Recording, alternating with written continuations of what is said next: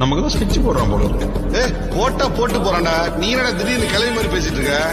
வாழணும் இல்ல இங்க வச்சுட்டு இருந்தீங்கன்னா கழுவ முறை செய்ய வருவானா? நீ நிம்மதியா வாழணுமா வேணாமா?